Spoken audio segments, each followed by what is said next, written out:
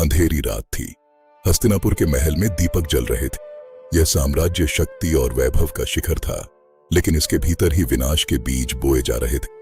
सत्ता के गलियारों में षड्यंत्र की गूंज सुनाई देने लगी थी। हर ओर सिर्फ सन्नाटा था, पर यह तूफान से पहले की शांति थी।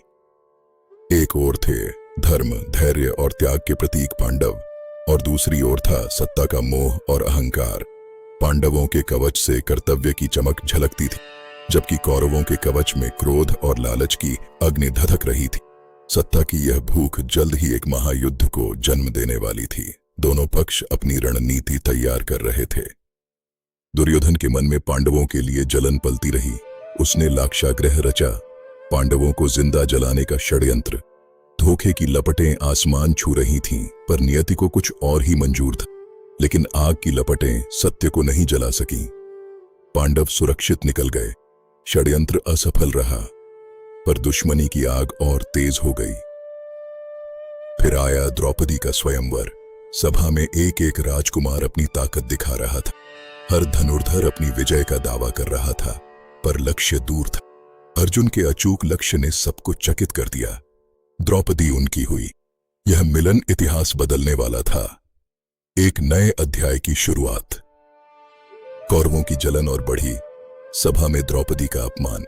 वह क्षण जब मानवता शर्मसार हुई। पूरा दरबार मौन था और धर्म की मर्यादा टूट रही थी। लेकिन जब कोई नहीं था, तब दिव्य शक्ति ने उसे संभाला। एक असीम सुरक्षा कवच। एक अदृश्य शक्ति ने अधर्म को रोक दिया। न्याय की पुकार अनसुनी नहीं रही। इसके बाद आया वनवास। 13 वर्ष का लंबा, कठिन और मौन से भरा निर्वासन। महलों का सुख छूट गया था। अब सिर्फ रेत और सन्नाटा था। तपस्या का वह समय जो उन्हें भविष्य के महायुद्ध के लिए तैयार कर रहा था। समय बीतता गया और प्रतिशोध की ज्वाला और प्रचंड होती गई। कृष्ण शांति दूत बनकर हस्तिनापुर पहुंचे।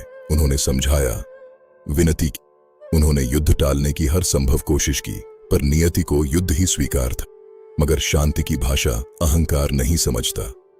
विनाश का समय अब आ चुका था। जब प्रस्ताव ठुकरा दिया गया तो धर्म की तलवार म्यान से बाहर आ गई। फिर आया कुरुक्षेत्र। आकाश धुंधला था, धरती मौन थी। प्रलय का आरंभ होने वाला था। हजारों योद्धा अपनी जान देने को तैयार थे। एक ऐसा युद्ध जो युगों तक याद रखा जाएगा। वहां युद्ध के मैदान में कृष्ण ने अर्जुन को जीवन का सार समझाया। श्रीमद् भगवद गीता। उन्होंने दिखाया कि आत्मा अमर है और धर्म ही सर्वोच्च सत्य है।